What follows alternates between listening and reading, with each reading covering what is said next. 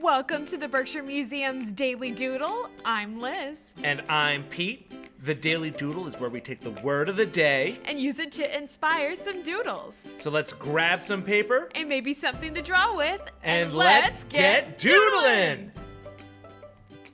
All right, Liz, today's word of the day is learn. Woohoo! So to learn is to gain knowledge or skills through experience, being taught, or by just going out and doing. By doing, I like doing. Peter, what are some examples of things you've learned recently?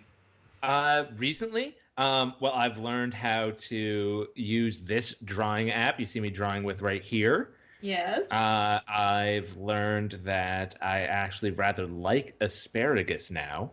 Ooh, I love asparagus. Eat your veg. Yeah, Liz, what's something you've learned recently? I learned yesterday how to make sugar cookies Ooh. from scratch. Ooh, those sound really good. And I made my own icing. It wasn't store-bought icing, so I'm very proud because that's what I'm eating for breakfast, lunch, and dinner every day until I have no more cookies is wonderful, wonderful sugar nonsense. And it's amazing. I think that sounds very tasty. It was. It is. I'll share some with you sometime. But Peter, what are you drawing today? What is your doodle? So oftentimes when I doodle, I just start drawing shapes until I figure out what those shapes are telling me what I'm drawing. So right now I was like, is it a person in a toga? Maybe they're like an ancient Greek mathematician studying the galaxy. And then I was like, well, this galaxy is very swirly. Maybe it's not a Greek studying the galaxy. Maybe it's a wizard. Ooh, yeah, because it looks like there's some sort of spell. Yeah, I could see where you could also go with like a mythological Greek god or something like that. Kind of looks like Zeus holding like the universe, but I like the wizard. And then I didn't like how the face was looking, so I redid it. Okay, well that's okay. Sometimes I erase and go back with my doodles, but half the fun of it is watching where your doodle goes. So if it's a bit of a mess up, small problem. And then because this is a new drawing app for me, I was like, oh, I have all these different pens and things. So let's try them out. So I was playing around with the airbrush. I like the airbrush. That's a fun effect. Yeah, it makes it look nice and soft and glowy. Yeah, which is perfect when you're casting some sort of spell or conquering the universe, Either one, we're not sure which one it is yet. No. Now, I do make a big decision on whether it is a Greek god or a wizard, and I go whole hog on wizard because purple's a wizard color. I see that. There's some intense purple robage happening here. Oh yeah. Now, if you're gonna, as I'm coloring this in, you gotta make sure that you got all your wizard robe covers. You gotta get the wizard sleeve in. Yes.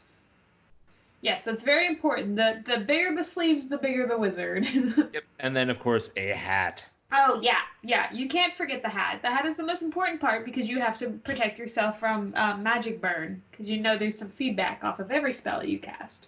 Oh, yeah. And also, like, the spells are usually really bright, so, like, it helps just keep some of that, like, it's like when you go outside with a hat, it keeps the sun off your eyes so you can actually keep seeing. Yeah. Very, very important. Very important in all magic casting. And our doodles.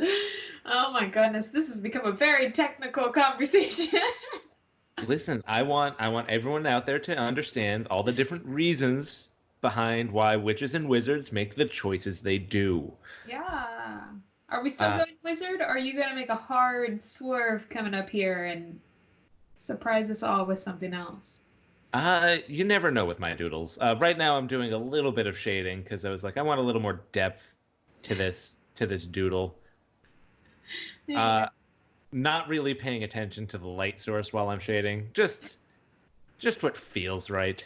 Yeah, I mean that makes it. Adding shading is a pretty advanced step in our doodles. That's getting more drawing than doodling. As you can see here, I'm going with a nice green, and that is because I do make the decision that, no, it's some classic witch green. Ooh, got so excited there at a cough. You turned her green. Oh my goodness, she is a witch. Yeah. And then, what is she so excited about? So what do you think this witch has learned today, Liz? I think this witch today has learned how to make soup. Ooh, that's a good spell. Is it magic soup? Oh, of course it's magic soup. What other kind of spell would a witch cast? I mean, So, not magic. she is definitely practicing a spell. She's learning how to use her spell, but it's soup related. She's learning how to levitate her pot. Oh, well that's good because those can be really heavy, can't they? Oh yeah, they're made out of iron. They weigh like a lot. It's a lot to bring around while you're mixing up spells and potions. And soup. And soup. Because gotta have multi-use for that pot. Well, I mean, could you have a soup that's also a potion? That seems to be what most potions are, but with things you don't want to eat, like bats' wings and hair. All right, guys, we will leave you that question: is a witch's potion a soup? And Liz, let's not forget. Let's keep doodling. Keep doodling. All right, bye, guys. Bye.